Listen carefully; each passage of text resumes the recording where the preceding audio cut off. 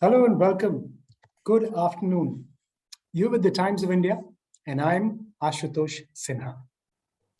Today, the Times of India and the Institute of Management Technology presents Making Agile Leaders of Tomorrow. Over the next 90 minutes or so, we'll be talking about various aspects of the topic. And for the MBA students, the aspiring tomorrow's business leaders who are listening to us, it is a great opportunity to listen to some of the business leaders who will be joining us. You won't want to miss it for anything if you're an MBA aspirant or already studying in one of those MBA institutions. So just why is this so important? Well, it boils down, as I'd like to put it, at least for the moment, boils down to just one big word, and that's change. If there's one word that is a constant, it has to be that. So naturally, during these pandemic ravaged times, the impact of the change is being felt, should we say, with a vengeance. Remote working is here to stay and needs a completely different set of skills for those looking to join the workforce. How does the aspiring manager of tomorrow make good of that kind of an opportunity in the challenging times that we are in? Many of those jobs that we see today, they would become redundant tomorrow. Again, something to make note of and keep an eye on. New technologies are rapidly replacing older jobs with new and more technology intensive and more knowledge intensive jobs as well. The role itself is turning like that. In addition, global exposure is also being considered as one of the vital components of a holistic and comprehensive learning process. That brings me to an old dictum I learned in conversation with some venture capital firms. Never let a crisis go waste. For what you can learn during a crisis, you can never learn otherwise. So, if you as a viewer have questions, well, my suggestion would be to put them in the Q&A tab for the experts who'll join us in just a bit. So we'll be joined by a number of these leading voices across industries. And as I promised, there'll be a set of very senior business leaders who'll be joining us. So let's welcome Dr. Urmi Chatterjee, Vice President HR, Honeywell APAC, Sumeet Narang, President Probiking, Bajaj Auto, Narayanan Ramaswamy, Partner and Head Education and Skill Development Practice, KPMG in India, and Dr. Vishal Talwar, Director, IMT Ghaziabad. Thank you so much, everyone, for joining us on the platform. First, if I can request Narayanan, if you can just take a few minutes and set the context for the conversation. Thank you, Ashutosh. Thank you so much, and thanks Times Group for this absolutely wonderful and contextual discussions that we're going to have today. I'm delighted that I'm in this position, like where I'm going to talk to you very briefly about what's the need, what's the essential, what's the change that is happening because of which we need to be so agile. So, in short, I see three big trends. Right, the first trend that all of us know. I mean, this has been happening before the pandemic. It got accelerated during the pandemic, which is what I call as the pervasive and intrusive technology. People call it by different names, Industry 4.0, whatever name, the digital technologies and others. Look at what it is doing. There is not a sector that has not changed because of this technology, right? I mean, look at what's happening to, the regular retail shop that we do. That's all completely gone, online. Or take banking. Once upon a time, Deepak talked about age, and all of us know something called a branch of a bank. Current generation doesn't even know what is a branch of a bank. It doesn't exist for them. Or for that matter, take entertainment. Many of them don't know what is it to be in the front row and whistle for a movie, because that's not there. It's OTT. And the radios and other things are gone. So an automobile, 70% of automobile is non-moving parts. I never thought a day will come where automobile will have more non-moving parts. Things of that kind. So every single sector is changing. So one of the biggest change that is happening is pervasive and intrusive technology. What is the change there? Right? You talked about Ashutosh data. but I have four more D's to add to data. Data is definitely one. But along with that, what is changing and what is important for us to realize is the digital, which I spoke about. Design. This design in education, design in thinking is going to be very important. And demand-based, thinking, that it's not just your design, but I mean, are you reacting fast enough? The last but not the least is delivery. So the thinking and how do you harness this technology is going to be very important. That's my first thing. Like, are you in sync with the technology that is happening, which is going to be a big change. The second thing that I see changing is, Deepak, talked a lot about this, and I'm going to touch upon this, which is the changing mindset of employer and employee. And that change is rather sweeping, and it has accelerated over the past few years. And let me tell you what are those changes. And for the beginning, to begin with, the employers now want people who know how to adapt very quickly. So what does that mean? Rather than learning what to do, we need to learn what to learn and how to learn. So the institutes now have a very different role. Like, are you teaching people how to learn quickly, and how do you learn, with the available resources? That's one. Second, multiplicity of skills. It's not enough, and it's multitasking all over. Every single job role is going to ask for not just one skill, but multiple skills. Are you prepared?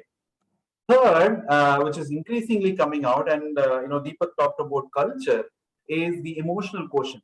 How many of you, perseverance seems to be, if I were Darwin today, and I would say perseverance of the fittest, like, where what helps for those to be surviving is perseverance. And what is your emotional quotient? How are you going to survive? And the fourth and fifth trend that I see in this changing mindset, which is interesting for me too, is one, people in the previous generation work for the employer. They were loyal. My dad worked for an organization 42 years. I can't even think of it. I'm perhaps loyal to a profession. But increasingly, there are youngsters who want a higher purpose. Forget the profession, forget the employer. Is there a higher purpose for that? But at the same time, the fifth trend, which is instant gratification, is also equally coexisting. That's okay, I have a higher purpose, but am I happy today? Am I happy to go to the office next week? So those are the changes that I see on the emotional or on the mindset of people. The third one, which is equally important, and the trend that I see, is the globalization that is happening in not just our education, as well as in the job roles, in the jobs, in the skill sets that is required. And why is that happening? Please understand that the world is getting geriatric. In the 8 billion odd population that we have, many countries are getting older and older, right? And India, that way, is so very different. We're just passing through the demographic bulge. We're going to go through it for the next 40 years. So we're going to have a much younger population. What does that mean? That we are going to support the world. By 2030, one of our studies says 1/3 of the world's working age population is going to be from India or of Indian origin. That means unless we have a global mindset, we are not creating winners. Are we having people who are going to support the globe? Gone are those times we work for Indian industry, Indian requirement, and Indian assessment. Most of who are going to study now in MBA schools are going to serve the globe. Are we ready for it? And hence the global requirements, we need to understand the global requirements. We need to understand global assessments. And as MBA students, I think we should also start networking globally. And networking is something that we all practice. And hence the implications I would see for an MBA institute would be as follows. And I think Deepak put it very well. Like, MBA is something that would change the thought process. Are we changing?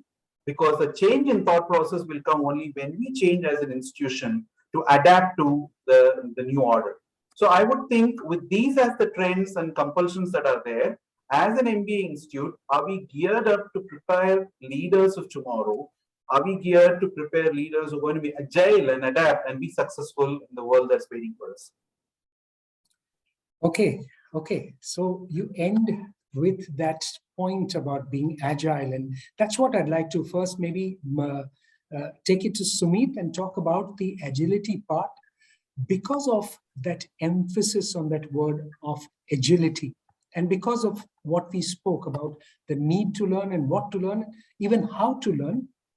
What would you say about the need to give this importance to agility partly, I would imagine, forced because of the pandemic.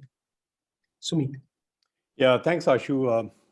Yeah, I think that's one phrase in the management and leadership circle that's become really popular over the last about 5 odd years. Agility, not something that used to be talked about so much in the past. I think we have to realize that, we've all grown management education and practices based on age-old case studies. And in India, we've often looked westwards and found even 20-year-old case studies being quite relevant. And I think all of that was still working well because there was a certain degree of stability in business and trends could be drawn out. Of course, the last few years have shown us that VUCA, which was just a nice fancy term, is pretty much life for all of us every day. And the last 2 years, if nothing else, have shown us that if you can't live in a VUCA world, you better hang your boots. So I think agility to me is one of the mindsets that every young leader's got to step into the working world with. Deepak put it up very well when he talked about that, a lot of MBA students, they add a lot of value by thinking creatively, thinking differently. I think what a management education has often helped people and build very good careers is not as much the skill sets, but the mindset, the attitude and the mindset they've gone out with. And I think that at that mindset of change, of agility, of failing fast, learning long, is going to be a very big change factor in the coming years. So that's something which I would really like young managers to embrace. When we talk of long term, to me, that long term has become an academic concept. It's so difficult to even set in place the KRAs for your team for a full year. Yeah. I don't think anybody sitting out here has much of a clue in our respective world and businesses what a year down the line would be like. So what are we talking about? I would say for agility to bring in, I think somewhere people have to change their frame of reference on time. I think long-term is a concept. Long-term is just a sum of some glorious medium terms. And that's what I would like a lot of young people to think about. And really speaking, that's what worries them today. And if there are many of the people in the audience over here right now, I think they're most interested about what's going to be happening next year when they step into the industry, their first 2 years, 3 years, 5 years on the outer side. And I think when you look at time period at a short period like this, as opposed to a lifelong commitment to a particular profession, I think your whole ability to act fast changes quite a bit. There's no question there is this change that's happening.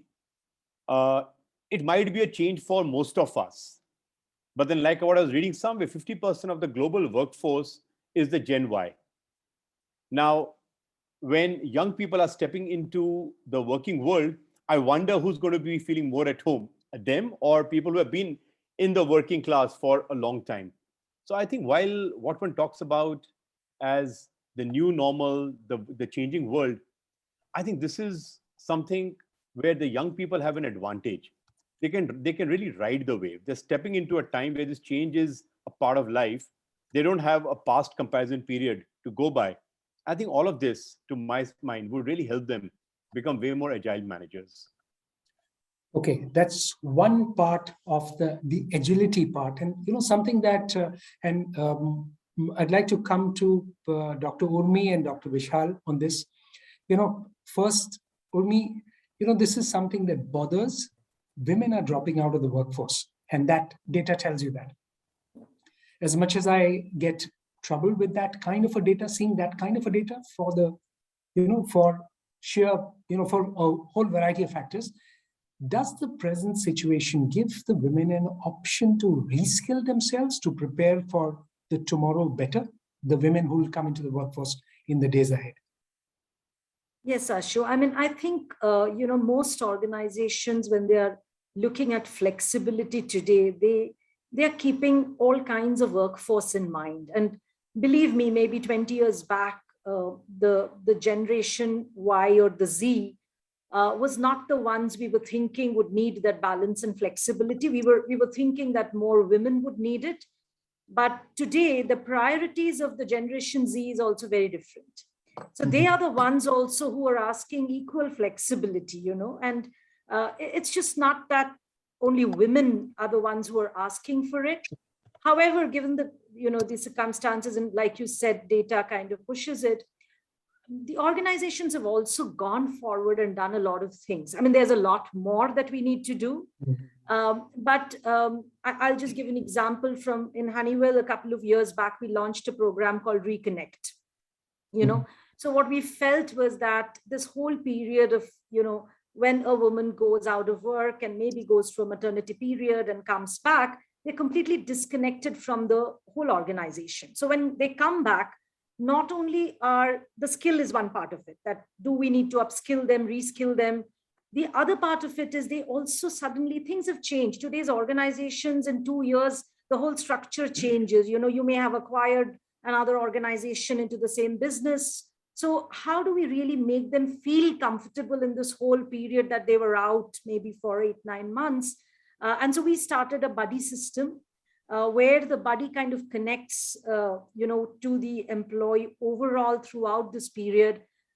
Not very intrusive, because we wanted to be also conscious that women may not want the organization to call up 10 times and talk about things, but at least 2 things. One is being in touch with them and telling them the bigger change is happening at an org level and that they need to do so that they don't. And number 2, what you said was the reskilling part of it. So when they come back, the conversation is more about what is it you want to do now, not about what you left and went, because sometimes people come and say, I want to do something less stressful. I want to do something with less travel. So I think organizations have started to realize and tweaking their policies, the benefits and the way they look at talent. But from a flexibility point of view, I see that it's something everybody is asking today. This is just not about, being men or women, some generation. It's something that people feel that they need to have that balance in life. Sure. Very valid point. Not just about women. Just to remind, in case you want your questions, I see some questions are beginning to come in. So in case you want your questions answered by the experts here, please put them into the Q&A tab and we'll try and address some of those questions. We'll try and take as many questions. Okay, so coming to Dr. Vishal now. So the same question to you.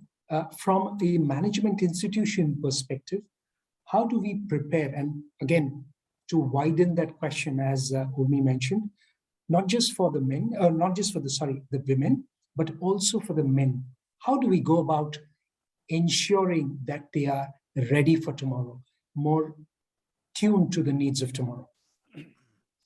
So Ashu, there's been a sea change in terms of how businesses are managed, are governed. And I think Sumeet was talking about the fact that you can't plan for a year, 2 years. And in fact, I was at another webinar listening to someone, and that gentleman from the FMCG industry said we plan month to month now.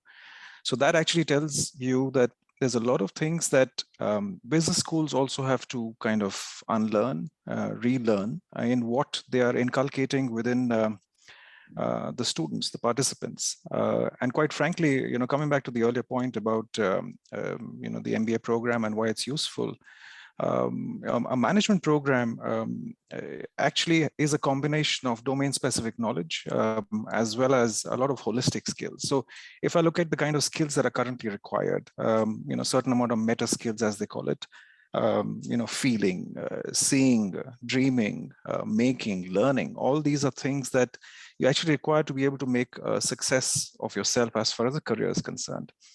Automatically, what you also notice is, and if I pick up a few things from, let's say from leadership during COVID times, if you look at this whole idea of empowering at the local level, being daring, being experimental, shortening the feedback cycle, publicly acknowledging uncertainties, a lot of these things are essentially part and parcel of new styles of leadership. And I think if you look at the combination of courses that a new age, that a progressive, modern business school system does, is actually able to inculcate a lot of all this. So it's not just about the meta skills. If you look at how management education is moving, management education is actually moving in the direction of management, of course, but technology is coming to the core. So how do you work with technology? How do you work with others? How do you work with yourself or self-management? All these concepts are something that management, if I look at it from a multidisciplinary perspective, is actually ready. All management schools or all management curriculum, I'm not too very sure. I think it largely depends on how a management curriculum has been able to, let's say, integrate with the industry, how it's been able to make, change the content, how the content is delivered. A lot of the progressive curriculums have been able to deconstruct and bring in this element, and that also includes the agility aspect that you were actually talking about. Very interesting. So, because, for sure, the kind of people who are listening to us on, various platforms, whether it's Zoom that we're talking, or whether it's IMT webinar, or, TimeStream, the Times of India Facebook page, all these platforms which people are listening to it, there's one thing, and, Dr. Talwar, I'd like to ask you for that. There is a certain sense of people wanting to do things on their own. You talked about the times, how they've brought out the kind of leadership. There's also the entrepreneurial skills that people, that has come to the fore during these times. Can you explain this change in mindset? Is it only because of the pandemic, or was it already building and you see that happening or coming to the fore now? So I think this whole idea of flexibility in what you would like to do, this flexibility in where you would like to venture, how would you like to experiment, is something that has always been there. The underpinnings, it's been possibly a little latent, but with, in the last 2 years, it's now been expressed a little bit more. Is it because of the fact that, you realize that a lot of business models are working, other business models are not. What is it about uncertainty about careers? Whatever it is, I think there's a greater influence of wanting to at least test the waters as far as entrepreneurial orientations are concerned. And I think at the same time, if you notice, a lot of self-respecting management schools have also realized that by and large, a lot of the industry connections or a lot of the industry relationships have been largely around fulfilling their placement cycles, or but quite frankly, I think it can go much beyond that, to be honest. A lot of students are thinking in terms of not just being part of the workforce, not just being part of, let's say, being job consumers, but also seeing whether they can possibly look at being job producers as well. Having said that, what you also have to remember is that you have to kind of reinforce certain confidence in them. You have to be able to give them a fallback option of sorts. Having said that, a lot of people actually say, the accelerators and incubators say that if you have a plan B, that means you don't necessarily have a startup plan. But having said that, I think a lot of educational institutions are looking at it in this direction. They're trying to, create working incubation centers. They're trying to create a mentoring process. They're trying to possibly look at deferred placement schemes so that you are able to create a little bit of what I would call as aspiration in the students' minds over a period. If you have an idea, let's work towards it. If you have a particular thing that you may have done possibly as an engineer or a non-engineer, can you bring this ahead? Can you work on this in these 2 years? Don't just look at classroom education. Let's look outside the classroom education. How do you shape the journey outside the classroom? And in this case, I'm talking about innovation, incubation, startups. I think a lot of this will then contribute to a higher level of, higher percentage of students wanting to venture on their own. I'm also not denying the fact that there's certain programs that are on right now, which also, helps you and creates a certain kind of trigger in your mind. Just to take an example, possibly, I don't know, there are many events around, there's more incubation around, there's even a Shark Tank for that matter. So a lot of these things will, in the slightly longer term, enable a lot more of what I would call as aspiration and dreaming beyond job consumption. Okay, so since we spoke about that, the idea of people wanting to become entrepreneurs, there's a question from Krishna. Maybe Narayanan, if you can take this. The question seems very simple. Do we need an MBA to succeed as an entrepreneur? And, it just reminds me of a line I heard Kishore Biani, the founder of Future Group say. He says, I'm not from any MBA institutions, but there is something that I've created. Is it very individualistic? What would you put it as? Well. See, this has been a classic question. Like, everybody they ask, like, is entrepreneurship taught, or is it something that is inborn that can't be taught? And more importantly, can an MBA school really teach entrepreneurship? Because there are many who say, like, MBA schools are only for job seekers and not for job creators. That's the general norm.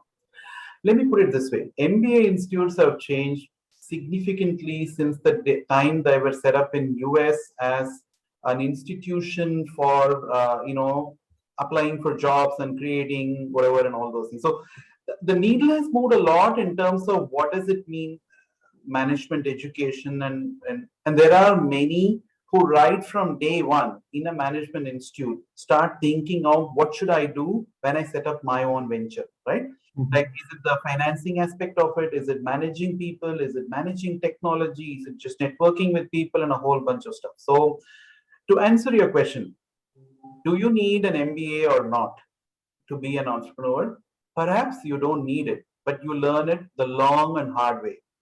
An MBA and a good MBA is something that will capsulize these learnings that life can teach you over a period of time and equip you better for becoming an entrepreneur. So, in a different sense, if I use a cliche, it could be a necessary but not a sufficient condition to be an entrepreneur. So, if you are a student of an MBA and a good MBA institute, it definitely helps. But is it good enough for you to know? Maybe you need a lot more than that. Like, that's why, like Dr. Talwar said, MBA institutes can create that environment and create that, and it's easier today than it was a few years before to create that. There are more and more people, nothing else, just sort of curiosity, come and say, like, I want to be an entrepreneur. Let me be honest. There are many people who we lost in KPMG, and, surprisingly, not many of them joined competition. Not even what we call as industry. They all want to be entrepreneurs. They said either they joined a startup or they want to, do their own startup because they want. So it's easier today for an MBA institute to create more entrepreneurs. But I believe while MBA will definitely accelerate the process, there is something a lot more than that that makes a successful entrepreneur. Oh, it does. It does take quite a bit of challenge and ready to face hardships. There's another question. This one comes from Justina, and Justina writes, how can industry take the right steps so that the representation of women in top positions across companies can grow over the next decade or so? Urmi, I won't take this question to you. I want the men to probably answer it. And maybe, Sumeet, if I can take it to you, please. So let me share it with a live example, and it's something which people might find interesting. So our business is Probiking, as we call it. And this is, we sell two brands. There's an Austrian brand called KTM, and there's a Swedish brand called Husqvarna. And we market our bikes to people who are passionate bikers. They could be 18, 19-year-olds, and they go up all the way to 35, 40. And therefore, we create a lot of community engagement programs for our bikers, for the customers. You might be wondering, where am I heading? So I'm not digressing. I'm coming exactly to your point. So we create for our customers and for the community a lot of events, rides, tours, academies. How do you ride a bike in an off-road environment? How do you manage it on the track? How do you go for tours, and really tough tours like going even beyond Ladakh and all that? And for that, I have a team which organizes these programs. And these people are a mix of bikers and managers. But what is a more important skill in them is that, are they great bikers? Are they really passionate about bikers? Because that's when they would connect with those customers. And they would know that sport inside out. So these are people who follow biking as a sport. And at the ground level, I have got 4 young managers who handle this. Out of these 4, 3 are women. And they are passionate bikers. Wow. And they lead, and our customer base so far is such that we are 90% men and only 10% are women. But within that, I've got, out of 4, 3 are passionate women bikers who lead a lot of these biking initiatives. So I think it starts with the mindset. One would have conventionally thought that, why would I mean, it's a role which it's one of those few industries or segments or functions that you would say, oh, this is very, very male dominated. I believe if one can make a change in a function like that, you can make it at any level. I think some initiative is definitely required by the organization. Of course, removing all the elements of discomfort are important, like what Urmi talked about. So we'll not take it over there. The environment, of course, has to be very, very conducive. And then I think one has to take a few bold initiatives. And once you get the ball rolling on this, it moves very rapidly. So I think that's what I would expect organizations to do. Really go for the so-called, the last bastion where people would believe that, oh, this can be led by a woman, and make the change over there. And you will find everything else beginning to fall in place. Okay, that sounds very exciting. The women in biking, and of course, there are a few that I know myself, and I can totally relate to what you're saying. Urmi, I'll just extend this point slightly wider and about the skill sets that are required. Let's just step back about 2 decades, and we saw what ICICI Bank, and I'm naming the institution because of what they did for women leaders in the financial services space. And I very clearly remember ICICI Bank mentioning this. One of the initiatives, I'm sure there were many more, one of the initiatives was that in the 30s, they allowed any woman an out-of-turn promotion kind of a thing. It was a very, very assisted kind of program, so that the years or the time that they had lost because of being the family way, that could be made up for them. What could be some of these that companies can do for tomorrow, so that then ultimately it could go back to the institutions, the management institutions as well, because they could be taught as case studies? Absolutely. So I would say, Ashutosh, like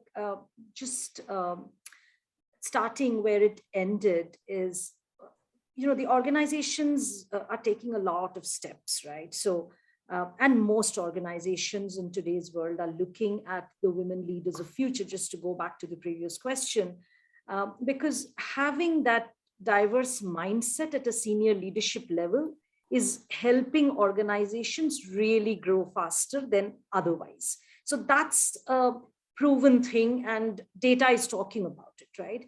So organizations have got it, the senior leaders have got it. So most of the things that we are trying to do today are, figuring out what are those gaps. First of all, are there gaps, right? So the gaps could have happened because of a couple of things. One is what you said, that they could have lost some time period in between. Two could be that they could have been in jobs, the previous jobs that they have done, or their experiences may not have built certain skills. Third is that sometimes there are generic skills which comes with the nature in which a man or a woman works and have not been built. A very common one we talk about is networking, right? So men do a lot more networking in office compared to women, because women kind of would try to, if you have an after office kind of a conversation or this thing, women will try to wrap up, because as you mentioned, they are trying to always balance the things. So what we have done is identified some of those very critical areas where we see that there are areas to be developed, identified those, picked up the women who are perhaps the most potential ones to take up bigger roles, and trying to work with them. It's just not that training or leadership development can help from a management institute. I think a lot of mindset also, because the organizations will take 2 steps, but I do think that women also have to take 2 steps forward to be able to take some of the challenges, to be able to feel that I am ready to do it. So I had a lot of times challenges where there were ready women leaders to take up big jobs, and they refused it. They came back and said, hey, I don't, first of all, the confidence saying, hey, I'm not ready for it. And whereas maybe they were much readier than a lot of men who were really wanting to compete for the job. So first is building that self-confidence in them, saying, hey, you know it, and you can do it, right? And none of the jobs actually are so difficult that you will not be able to do compared to another colleague of yours who does.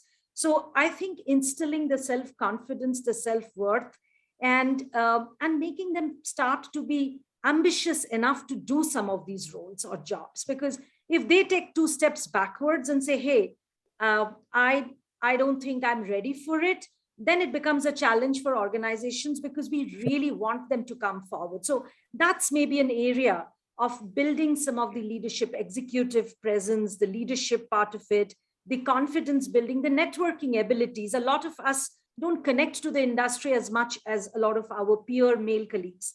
Those could be the areas, maybe, Ashutosh, I would bring up as the ones that maybe we can focus during some of the management education. Okay, so there's another very interesting question, and this one for Vishal here. The question comes from Santosh, and it's a very valid question in our times that we live in. It says, in the VUCA world, is spending 2 years on an MBA good, or are short and to the point online courses better? Again, this is an online versus offline debate partly. And, how do we address the current challenges? So I think our experiences suggest, in fact, indicates that, this is something that you obviously have a chat with all the students. A lot of them have been, working from home, online, the classes in the last 2 years. And automatically, when you ask them, what is it about the campus? What is it that you would like to experience? A lot of them would like to come back.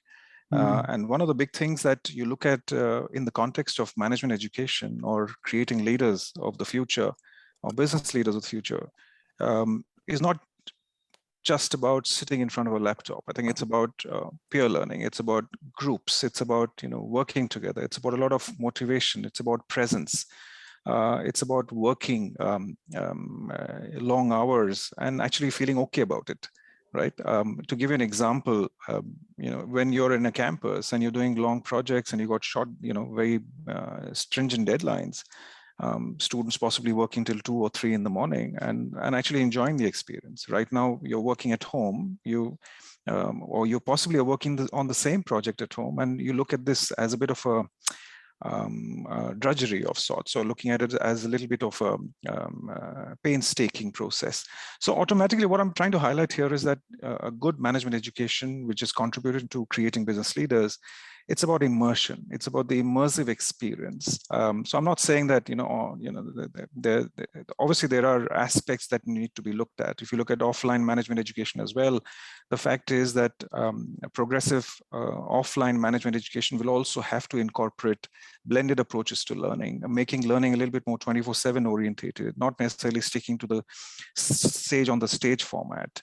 But the feedback that I have, when you speak to a lot of people, management education is much beyond essentially listening in a classroom or engaging in a classroom. It's a lot to do with personal transformation. It's a lot to do with personalization of the education. It's a lot to do with working with every one individual to be able to help them create their futures. So that's what my perspective on this whole thing is in this online versus offline debate as a whole. This, I guess, there's other thing around the length or the duration that somebody's speaking about. I think, once again, coming back to the same point, an immersive experience, coming back to the same point about, this whole idea that, especially if you look at the Indian context, a lot of students in the Indian context are not, who are going in for an MBA, for example, are not necessarily very high in terms of experience. So automatically, their ability to think about or experience what's happening on the shop floor or possibly in the factory or on the boardroom requires more reflection. And automatically, that means that you require a longer time to be able to dig deep into and learn things from a multidimensional perspective.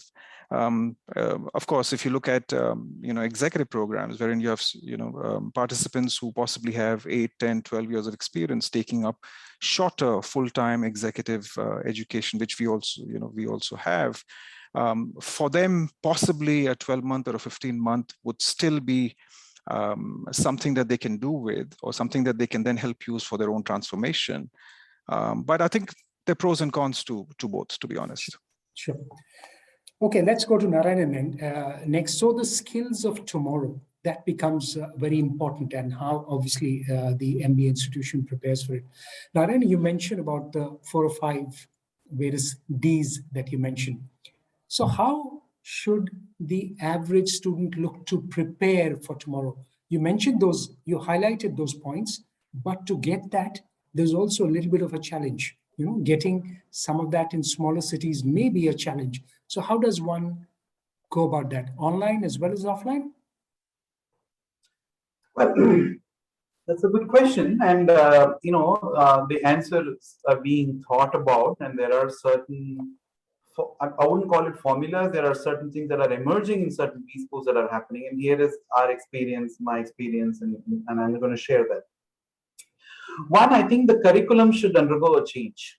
I think unless we start from there, are you going to have the same marketing one, marketing two, market research one, market research two, strategy one, strategy papers, and go ahead and do this? Well, let's do it. And let me put it this way.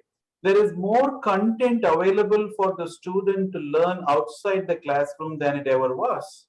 During my times, 20 years back when I was doing my MBA, I leaned a lot on the libraries, on my professors, on my students for this.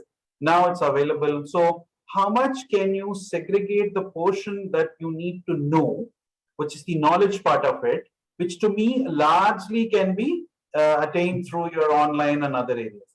Can you bring the experience part of it inside the classroom? Can you bring that as the key agenda, like Dr. Talwar also mentioned, as the central point of learning? To me, the part that I remember the most about my MBA, which I did long time back, is the fun that I had during the campus years. The solutions that we built for the case studies was not stressful like it is today, because it's life and death. Like, you do this for a client, you do this in real life situations. Whereas in a controlled environment, when it was a lot more fun, we did the same. So making people go through that experience in B schools, to me, is the answer. Having said that, that's not the complete answer, but that at least introduces you to that.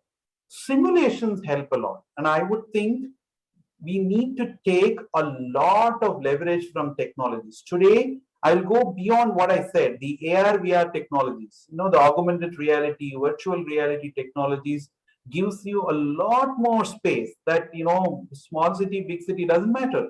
It actually gives a lot more what Professor called as an immersive experience through digital technologies. I have been part of advising clients who are teaching nursing where there were no cadavers.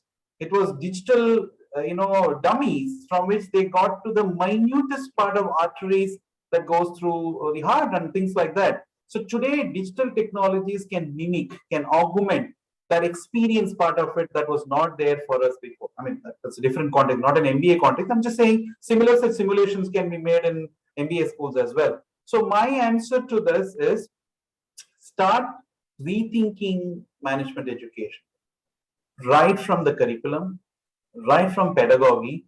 And it also starts with the mindset of the teachers.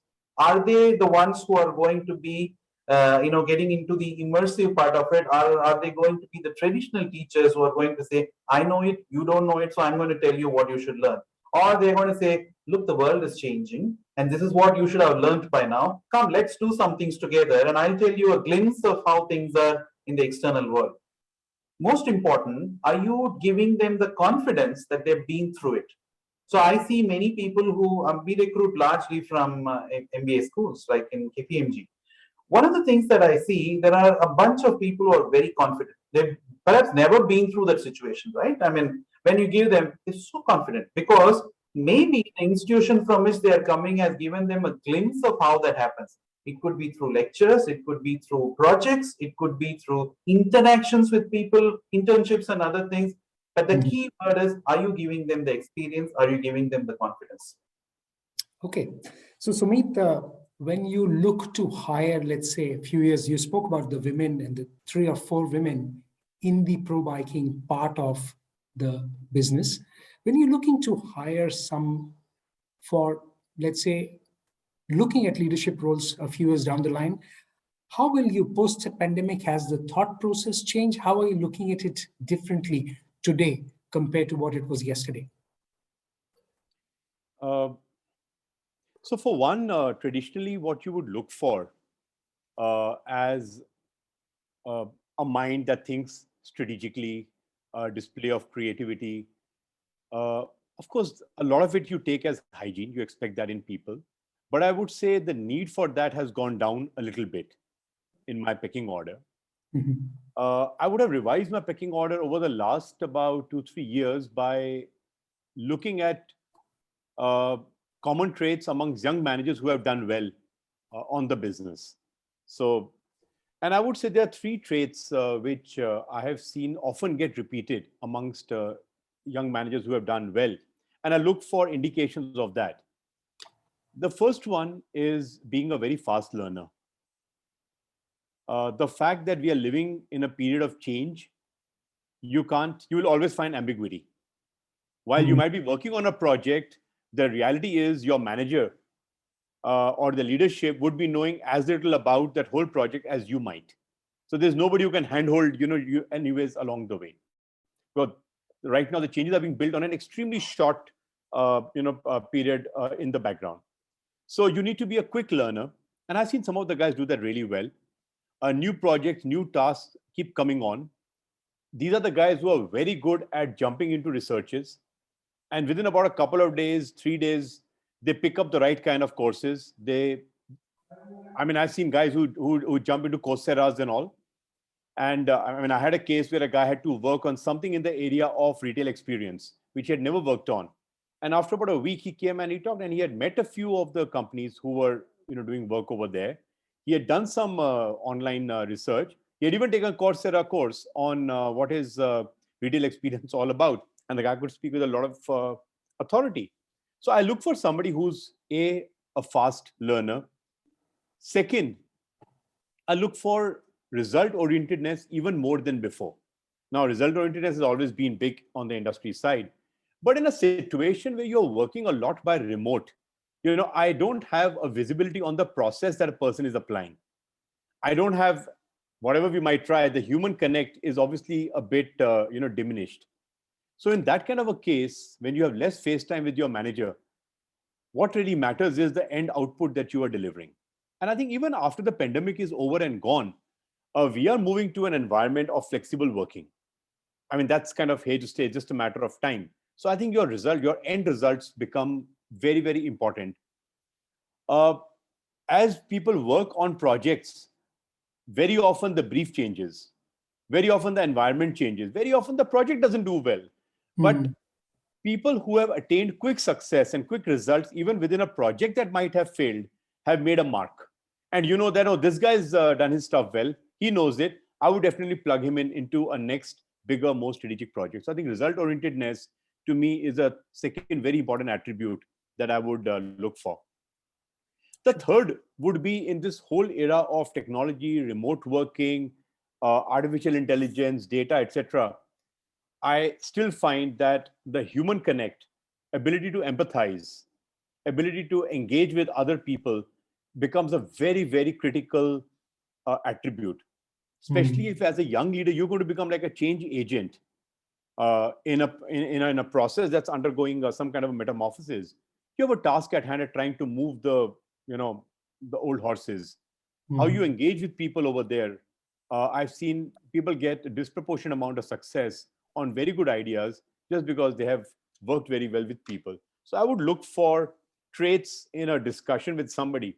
And what I would look for is that not what he's telling me across the table, but have they demonstrated that in the past, whether it's in a personal situation, in a work situation, or as a student, have they shown something where they've demonstrated being a quick learner, being result oriented, and third would be showing a great degree of empathy and human engagement.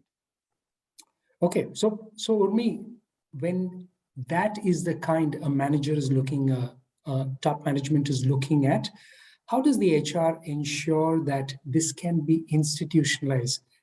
We're still talking of the uncertain world and the youngsters coming out of the institutions.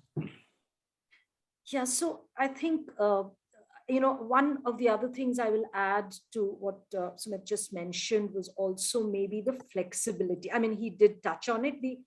The situation is such that the people also need to move very fast across different things that they are doing. So today's hiring is a lot more based on curiosity that you bring in your agility that you are bringing in as a learner, and Mhm. more from the traditional ways of just looking at your experience and just looking at what you bring in from an educational perspective to a lot of your behavioral areas, which will make you a fast learner and be able to do that. So on a similar line, when we are trying to look at broadening the horizons of hiring. Now, why I'm saying the broadening of the horizons is because you are no more looking at a set population for hiring for something, right? You're trying to broaden it and figure out that even people who don't come exactly from those areas, do they have the potential and the acumen to pick up things and learn faster? So maybe what we need to do in a world where all of us have seen the talent is becoming more and more difficult to get, can we open up the channels to look at more number of ways to hire people and then maybe groom and train them within the organization, rather than expecting people to come exactly with the same skill sets and with 20 years of experience and come to the industry, which was a norm for many years. The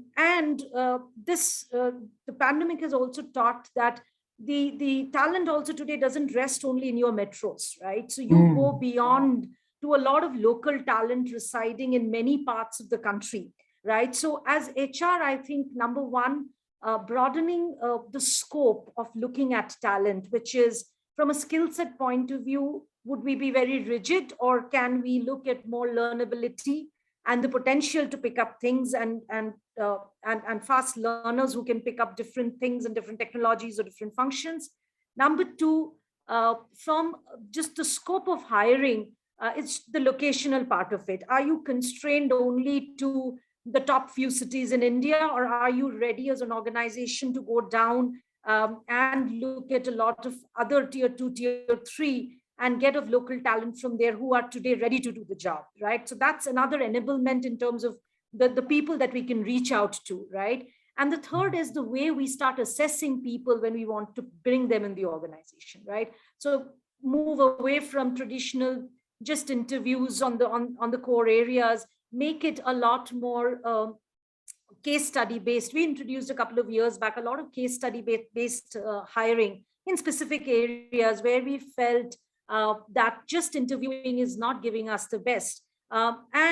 Also having group of people, even technology software guys together, because what you need is network and collaboration when they are on the ground. We don't need just individuals to work on their own. We need people to collaborate and work. So those assessment mechanisms would be the third one. That seems to be changing in today's world. Okay, hope that also answers. There was a question from Amit Shambak, so I couldn't take that. So hope that answers. And Amit was writing, what are the top 3 skills? Well, he's got more than 3, along with an MBA degree to succeed to land a job in one of the best corporate houses. Well, Amit, I hope that answers your question. More than 3 skills for sure that we heard. Okay, I was just coming to you, Dr. Talwar. Please go ahead. So I just quickly wanted to add to what Dr. Chatterjee was talking about. I think with technology-enabled democratization of education as well as the selection process when you're hiring, I think the onus is now on higher education institutions, including business schools, to integrate further with the industry. Not just look at sabbaticals possibly for academics to go on to other universities abroad, but they should also be looking at a lot of industry level exchanges, sabbaticals into the industry, industry people coming along and spending about 6 months working in schools. A lot of that kind of cross-pollination is very, very important. The other thing you would notice is that a lot of hiring or selection of students is happening through competitions. And, for example, the other day I was speaking to one of our alumni, Ankit Agarwal. He's the founder of Dare to Compete. And a lot of the competitions actually now happening on online platforms, and the fact that that's one major mechanism for companies to be able to vet a lot of the skill sets that we're all talking about here.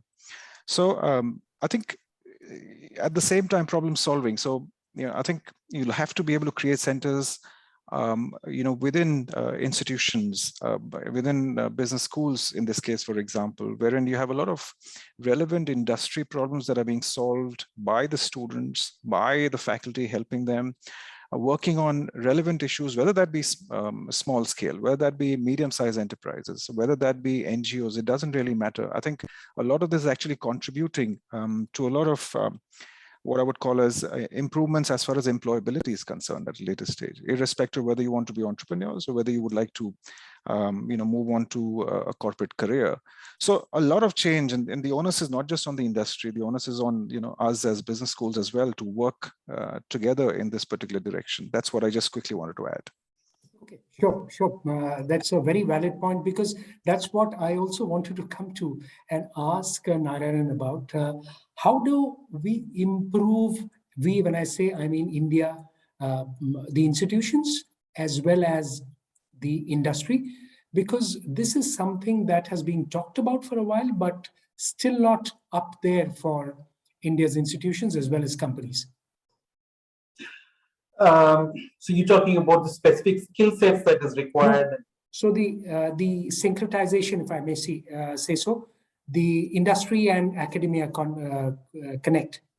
So this is another classic question, right? Like, whichever part you live in, you say the other is not stretching their hands enough to reach. Like, if you are part of academic, you always think industry doesn't come to academia. And if you are in industry, you say they live in their own world and they don't reach out to us and all. So my view is, I'll tell you the plus and minus that I see. It is, in my view, though I'm part of the industry and equally kind of, part of that story, should not expect the educational institutions to train the students for industry. It's the industry to decide how and what they should be training for their own. Instead, they should be looking at individuals, and like many people rightly put, I think Sumeet talked about that, Dr. Talwar talked about that, are they people who are smart enough to learn? I don't think increasingly the idea is for academic institutions to go and say, these are the requirements of industry, and then I will give them those kind of skill sets and go. I mean, in some sense, the academic institution should think one step ahead of industry and start thinking about what is it that is required. Because please understand that, let's take an engineering kind of a scenario. You recruit somebody and then they go through 4 years of education and then they join an industry. And you do your curriculum, you do your everything before those 4 years, depending on what the industry asks for them. So you're doing this in 2022, it's largely catering to the requirements of 2020 and 2021, you prepare the syllabus. So the student joins in 22, 26 is when he or she gets out of the curriculum and the world has changed dramatically. So are the education institutions doing any service by understanding the requirements of the industry and trying to incorporate in their syllabus? My answer is no. Are they processing it and understanding what is required?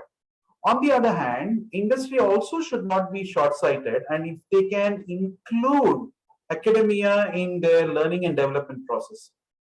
I mean, it happens in certain parts of the world. Research doesn't happen within the industry. They actually crowdsource research to academic institutions, the bright youngsters who are a part of it, and in that sense, include them as a part of the process. That's not happening. Academic institutions, on the other hand, I mean, while I can't take you, I can give you some for illustration. So what did ISB do different? And why is it that the IIM stand to learn a lot? ISB said, I will invite professors from industry. I will invite people from other parts of the world. So are we as academic institution leveraging industry a lot in my teaching learning process? Perhaps not to the extent that is required. So I would think you should let industry a lot more into academic institutions from this side of the table. And if I'm industry, I should let academia inside my learning and development process a lot more and research process a lot more than I'm doing today. If I do that, I see a big win-win. Let's get down. I'm a consultant, right? I look at costs and returns and bang for the buck and things like that. I see a big return on these investments. Imagine if I'm industry and I can crowdsource, like I said, about research and development and prototypes and all those things, the engineering designs from the academia. I do it a lot cheaper. And similarly, imagine the plight of, I work for the sector, so I know how difficult it is to get a good faculty, train them and retain them. Imagine I say like 50% of it is you get it, just like that from industry. All you need to do is have an enabling infrastructure. It's a win-win. It is not just in the long term, but even in the short term, it is going to give returns. It's just that we are not seeing it. So I would think extending, it's a cliched answer, but extending oneself to more of the other side is going to make the big difference. Okay, so it takes two hands to maybe extend both the hands. That's important. It's very interesting, Narayanan, the point that you made, because what you're trying to say is the how part to be addressed. How should that learning happen rather than, the others, the how, the different way that we have to. And this was exactly a little while ago, someone was mentioning that what to learn is probably less important and how we are learning, that is becoming very important. So maybe Urmi and Sumeet, Urmi, if you'd like to go on about that first, how should that learning happen for tomorrow's world? So a few things that I think we've been doing, and I think we need to continue to do much more, is maybe kind of partnering with the academia in terms of even curriculum that is needed for today and for tomorrow. So the industries have a fair idea where they're heading to, right? So at least partnering to some extent, and especially in very niche areas, which I remember a few years back, we partnered with one university in India for sensor technology, because we work a lot in the area of sensors and not many organizations were doing that. So we had somebody from our organization be a part of their advisory board, be a part of designing the curriculum. But I don't see that happen in most of the other technologies or the other areas. So it's happening, it's slow in progress. The other thing that we do today is we do a very thorough structured internship program, which starts at the third year of an individual, or the last semester that they do before they're out of the college. I think we have an opportunity to start much ahead of that.